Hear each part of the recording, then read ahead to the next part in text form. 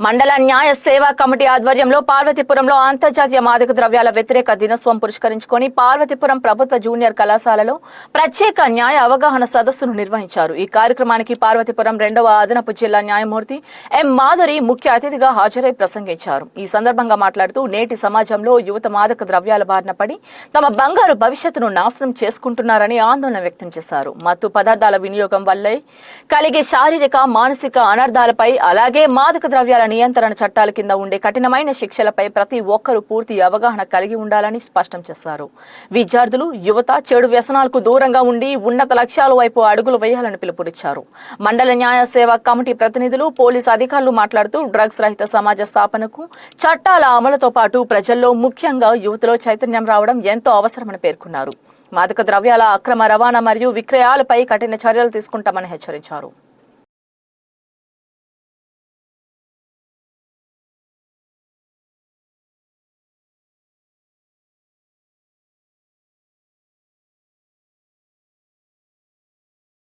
ఈ పిల్లల్ని పెడ్లర్స్గా వాడుతూ ఉంటారండి జనరల్గా. ఎందుకంటే మీ మీద కేసులు పెట్టినా బయటకు వచ్చేస్తారు తొందరగా. జనరల్గా ఏంటంటే ఈ మాదక ద్రవ్యాలకు సంబంధించిన కేసుల్లో చాలా వరకు కనీసం 6 నెలలు అయితే కానీ బెయిల్ కూడా అది ఇంకా పెంచవచ్చు కూడా, సంవత్సరం కూడా అవ్వచ్చు.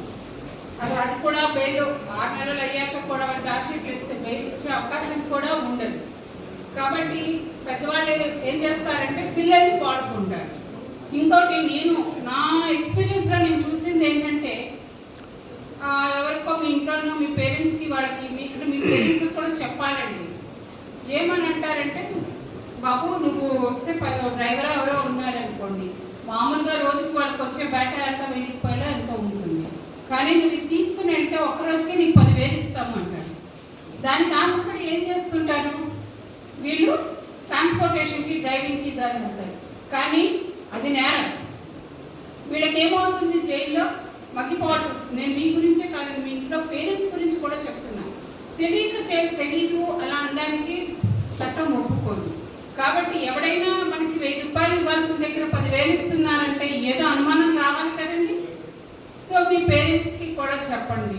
ఎందుకంటే అలాంటివి ఏవైనా పనులు మనం చేస్తే రేపొద్దున జైల్లో ఉంటే అప్పుడు మిమ్మల్ని చూసేది ఎవరు? ఈరోజు 1000 రూపాయలు 9,000 ఎక్స్ట్రా వస్తాయని చూస్తే 10 సంవత్సరం పాటు జైల్లో ఉండిపోతే ఎవరు పోషిస్తారండి ఆ ఫ్యామిలీని? ఆ బయటకు వచ్చిన తర్వాత ఆ పిల్లలకి వాళ్ళకి ఉండే పరిస్థితి ఏంటి? ఇవన్నీ ఆలోచించాలి. ఇంకొకటండి, పిల్లలకి కూడా నేను ఇంకోటి చూశాను నా ఎక్స్పీరియన్స్లో. పిల్లలతో మాట్లాడుతూ ఉంటాం, ఆ పిల్లల దగ్గర ఏదో ఒక బండో ఏదో ఉంటుంది. వీళ్ళు ఈ ట్రాన్స్పోర్ట్ చేసేవాళ్ళు ఏమడుగుతారంటే, నువ్వు ఆ బండి తీసుకొచ్చి నాకు ఇస్తే, ఇంట్లో తల్లిదండ్రులకు కూడా చెప్పడు.